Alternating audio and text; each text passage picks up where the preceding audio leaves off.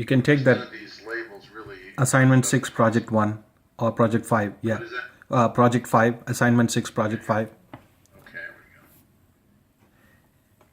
we go. No, that's all children. Oh. See, everybody uses the same name. Oh, sure. And they don't really tell me who the. It's funny. I picked it up right the first time I did. It's ACHs and U. Yeah, that might be us. Yes, that's one. So what I was saying here then is so you got your 30 million and your 38.5 and 27.250, and what you would do is bring these to zero on the balance sheet, or less whatever money you wanted to take out of there, and then in the cash flow you come down here for the decrease in long-term investments and the decrease in assets limited as to use, and effectively you'd make those positive numbers, because what you would really be doing is on your balance sheet you'd be taking them out of here and putting them in your cash. So from the savings account to the checking account, and to get them into this number you do it through the cash flow statement, because that cash is tied down here. Okay. Now if you wanted to pay for some of it out of your cash number up here, then all you would have to do is on the cash flow statement, what I was saying is that let's say you had $90 million here, and you wanted some of it to come out of the top. You'd have let's say you had 50 here, and you'd have 35 here, and you'd have $5 million difference. And that would go down, that would drop to the bottom. Now, in this line, if you're for the purchase of property, plant, and equipment, that has a negative effect on cash, so you'd want to put it, these are all negative, should be negative numbers here. Okay. So you just put a minus in front of it. Okay.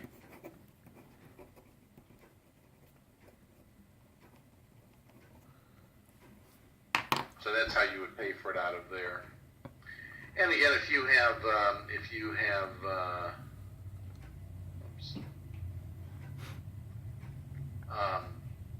capital campaign, it would come in either in your long-term investments, or you can bring it into unrestricted, or whatever the rules I gave you. Sure. And then in the cash flow, you would see, you'd probably have to put a line in here, income from cash flow statement, from contributions. Okay.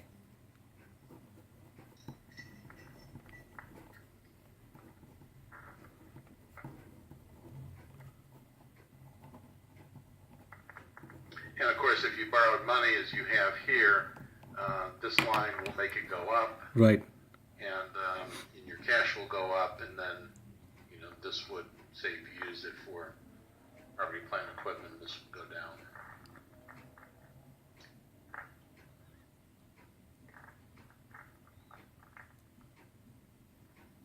Thank you, Dr. Grasso.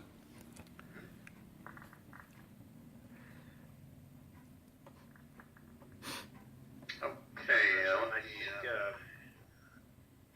let me enable Anna's microphone and Nicoy's. There you go. You should all be able to speak now. Hey, Dr. Grasso, can you hear me? Yes, I can. Okay, so I think I was able to figure out the calculations for the 2 orthopedic rooms. Basically, I took the gross revenue that we calculated, and then divided that by the 29, I think it's 29,500, and then added that to the inpatient admissions for orthopedic service line. My question was, if we do the outpatient center implementation, how do we go about adding that volume into the outpatient services? Okay. Let me bring you back up here again. So you're on the volume page here, and let's see, let me get back to where we were. So we added the some volume to your outpatient revenue, and we added some admissions down here to the market share demand. So your inpatient admissions went up. Now that would automatically drive your gross revenue up, and then it should calculate out on your net revenue down here. But you have to do a couple of things. Well, you have to do one thing really, and that's to make sure that we'll come over here a little bit. I assume you can see this, right?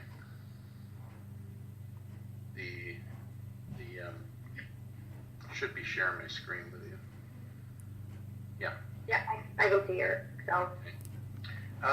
These numbers here, your expenses, they have to be tied to your current expenses. So let's see if you did that. Can we tell?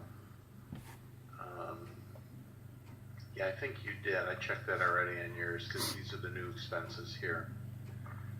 So in year one, your expenses are now $317,007, and we can look at the operating statement first, and we can see the $317,007, and then we can go to the volumes tab, and we see the $317,007. So you got everything in here. What you don't have most likely, and I can just double check on it here. I don't know if you put in the depreciation. Yeah, it looks like you did. You put in the money for the outpatient center, which is like $4.5 million. And because that will increase your, over here on the volumes tab, it will increase. Okay, it's not here though. So the new depreciation number. Let's see. Let me not make assumptions. Let me always check here. 17,303 is what's in that number, and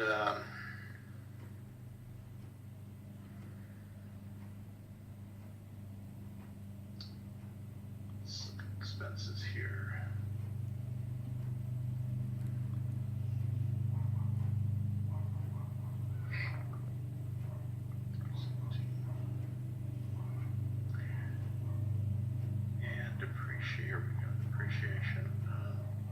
No, the $4.5 million doesn't seem to be in this number. That's your 90 million divided by 20. So that's $4.5 million that has to go back into your operating expenses, or into your So it'll hit your operating expenses here. Wait, let's see. It looks like it's on this number though. Yes. Financial planning process. So you may be pulling that from another. Let me just jump over here to financial planning process.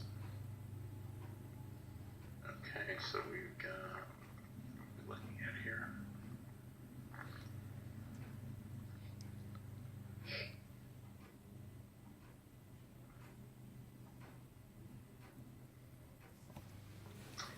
See it jumping out at me, so let me go. Financial planning process looks like I-30 plus E-57.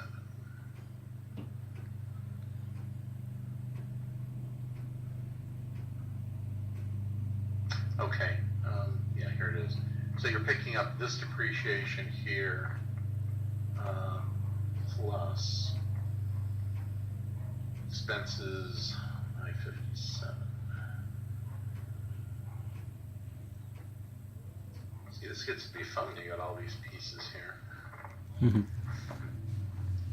I-57 depreciation. Okay, yeah. So you got the $4.5 million there.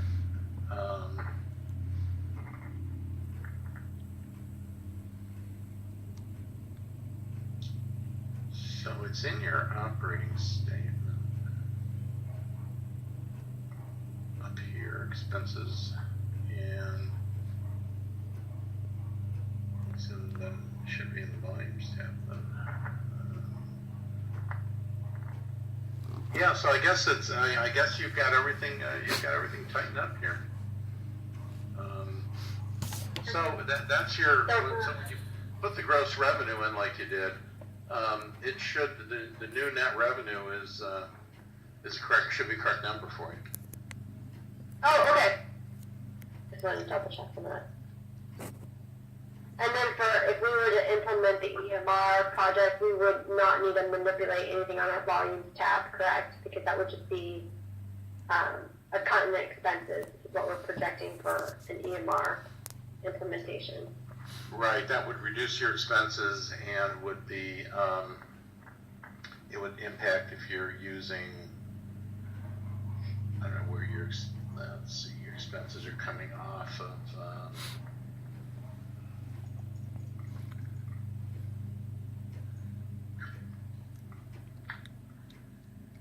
your depreciation is coming off there. 30 is depreciation.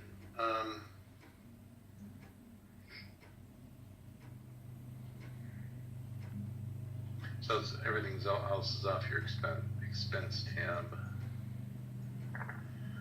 Yeah, so this is still good here, and you would have your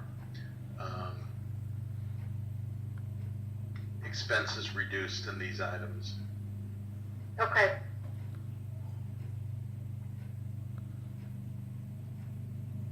Now you also have to increase your depreciation for the new EMR as well. Okay.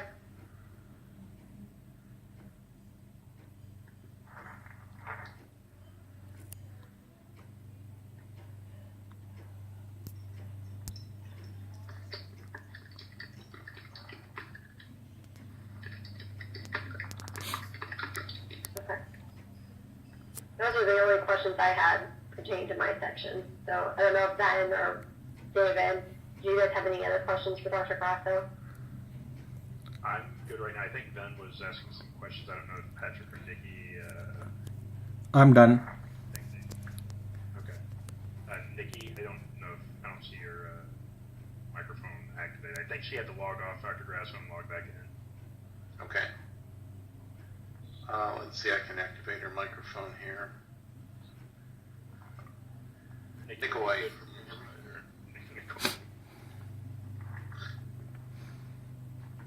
Here she is. Go ahead and speak. Unless you have to go to the restroom, then you just go ahead and go.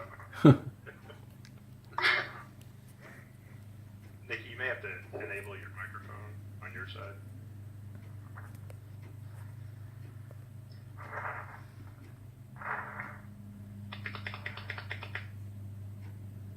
Hello, can you guys hear me right now? Yep. Yes. Okay, you guys are very delayed, I apologize. My question pertains to question number 6, with the capital campaign. I found a lot of not-for-profit capital campaign ideas online. My biggest question is the interest expense, and then where specifically within the cash flow and the balance sheet do you consider the fund struggling with it. Okay, so you're going to, oops. You may have to, microphone, much microphone.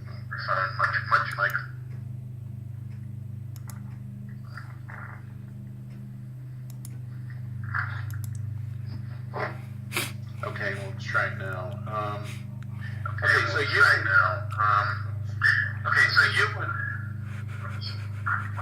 we're getting a pretty bad echo in there. I think Nikki probably needs to mute your microphone. Or you can mute it.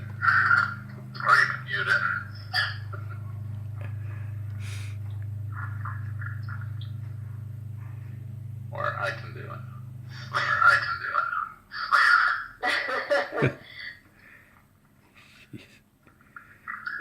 think that should work. Yeah, I think that should work. No, it's still, It's still Anna. echoing. No, still echoing.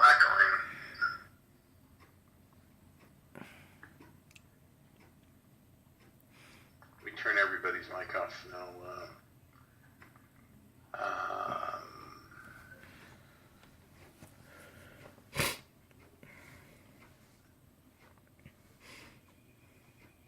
It's interesting. Okay, yeah, maybe that was Anna's microphone because it seems to be okay now. All right, let me jump into that question then, and I'll turn everybody's mics back on. Let's go to your balance sheet here.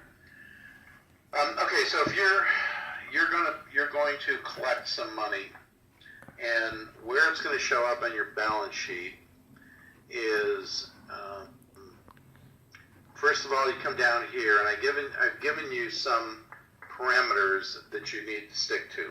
So I've given you parameters about how much it's going to cost you, and how much you can rent, how much you can raise in any particular year.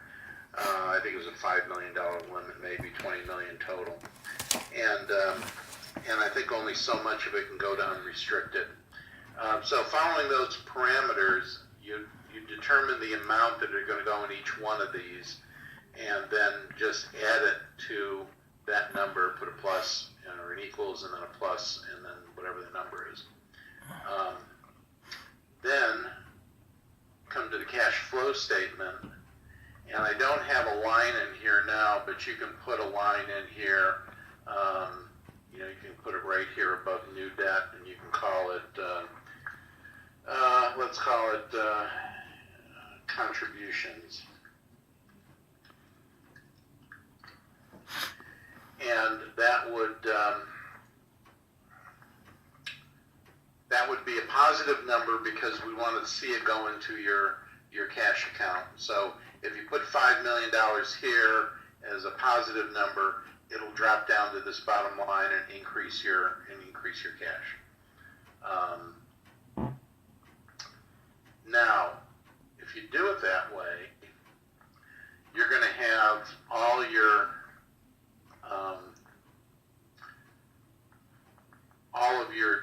money that's in all three of these accounts are going to go up in your cash, but it's not all going to be available to you.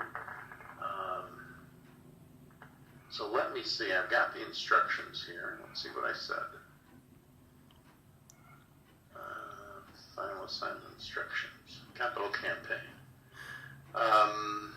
Additional funds, learn interest income. I'll get to that in a minute. 30% of your contributions can be totally unrestricted. Your maximum amount of contributions limited to 20 million. No more than 5 million. Okay, good. So what that means then is that you can have all of it. Some of it can be in temporarily restricted, and some of it can be in unrestricted. So the portion, the 30% that you put here, can go into your cash the way I just described it from the cash flow statement. The other 70 is going to be temporarily restricted and will go into your assets as uses limited. And that will be added again just right here. Like I told you, put an equals and a plus here and add it. And then in the cash flow statement, you've got here in assets uses limited, you would put it here and you would put it as a negative number. Because it would be here in your contributions total amount.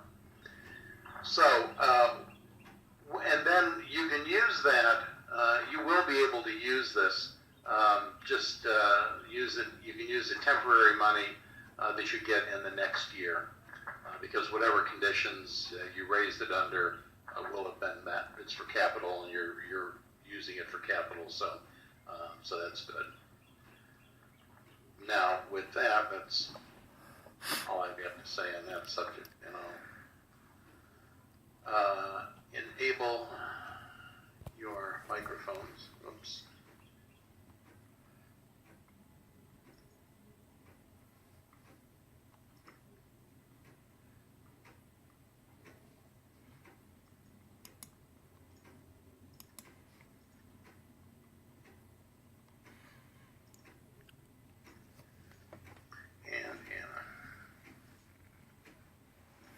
you all have live mics.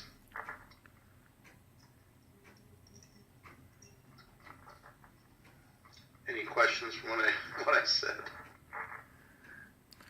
Oh, Looks perfect, Dr. Grasso. Nikki says I can't hear. Oh, And she was the one that needed to hear. true. Did anybody else follow that? Yes, sir. Yes. Okay. Could somebody help Nikki with that? Sure. Yeah, we'll circle back around with her. Yeah, Nikki, I hear you now. Did you hear what I went through? Yes, sir, I caught Okay. it.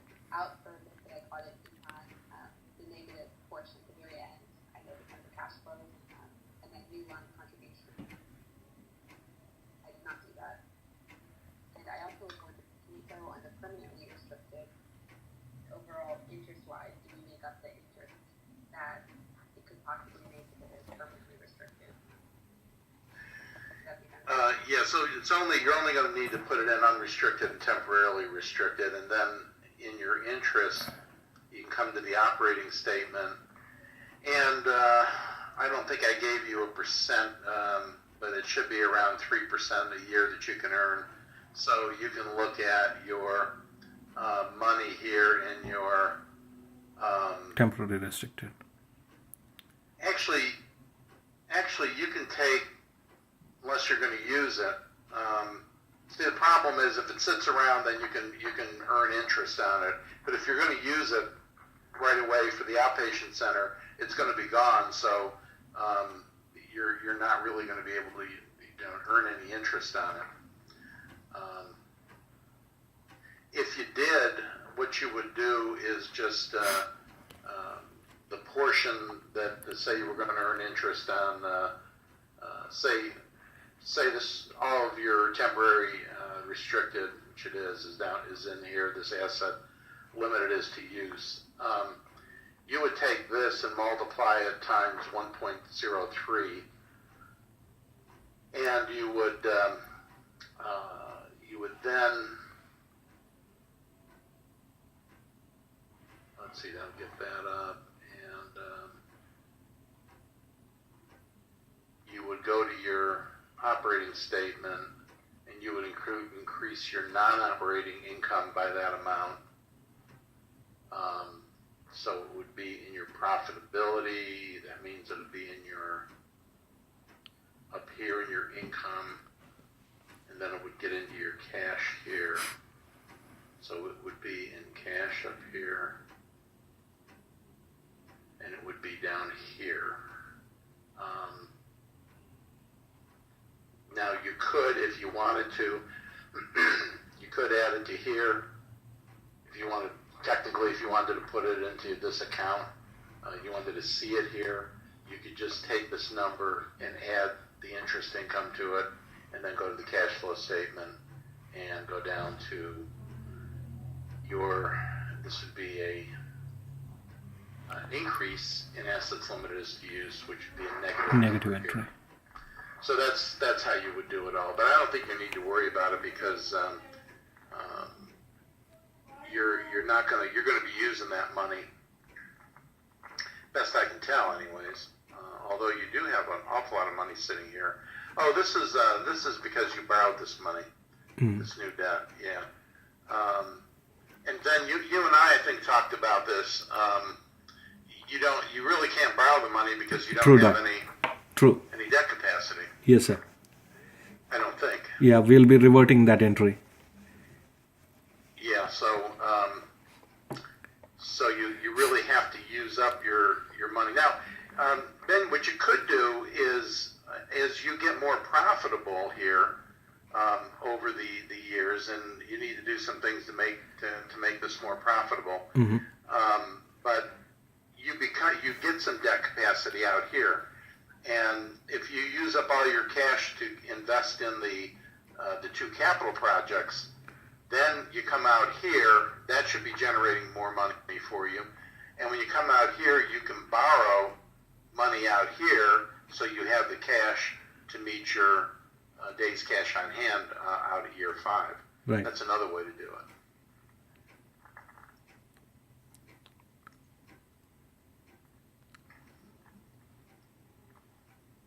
Kind of sneaky, but it works.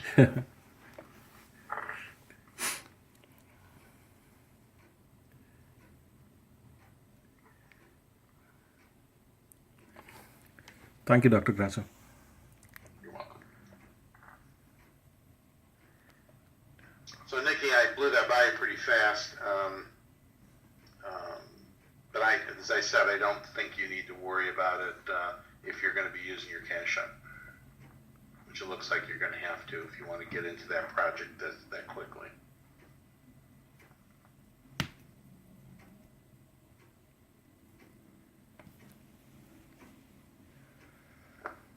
I think I'm Who good on else? my end, Okay. Dr. Grasso. Emma, do you have a question?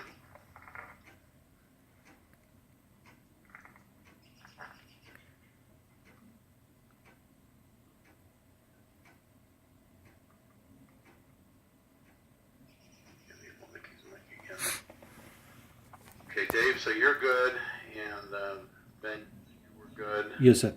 And Anna, do you need any questions answered?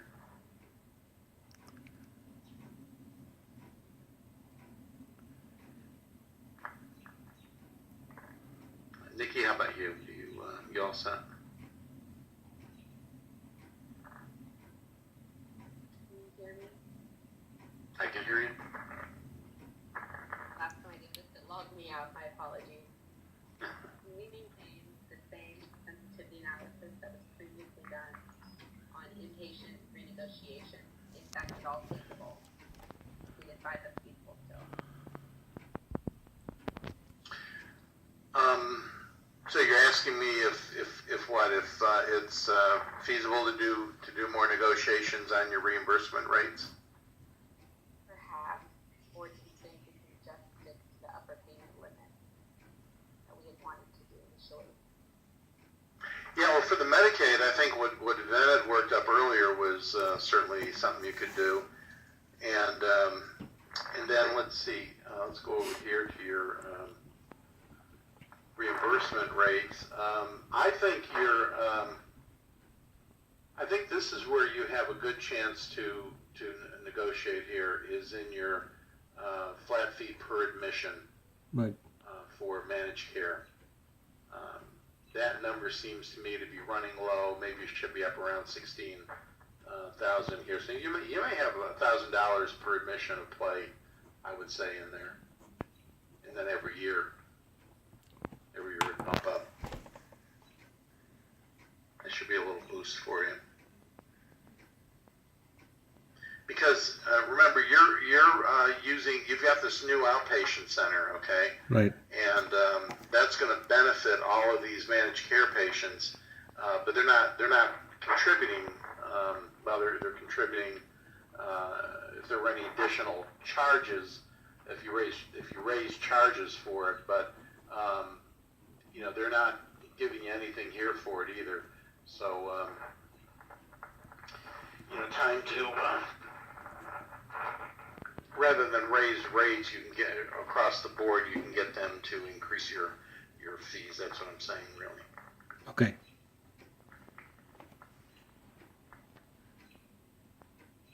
Thank you very So much. between that and Medicaid, you should be that should be good for you. True.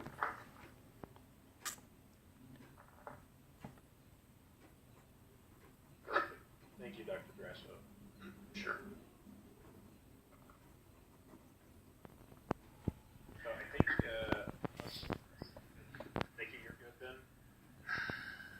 So far, I'm good as well. Good. Correct. I know Ben is, yeah. Yes. I'm just trying to look at this to see if there were anything other people have asked me about. But I think you guys are really getting towards the end of this now. And hopefully get the numbers to work a little bit here with all the things we've talked about. And then you can, wrap it up and, get that report in and we'll call it a day or a semester. Thanks, Dr. Grasso. Thank you, Dr. Grasso. Let me know if you have any other questions. Thank you so much, Dr. Grasso. Thank you. Take care. Take Bye, care. you as well. Good night, doctor. All right.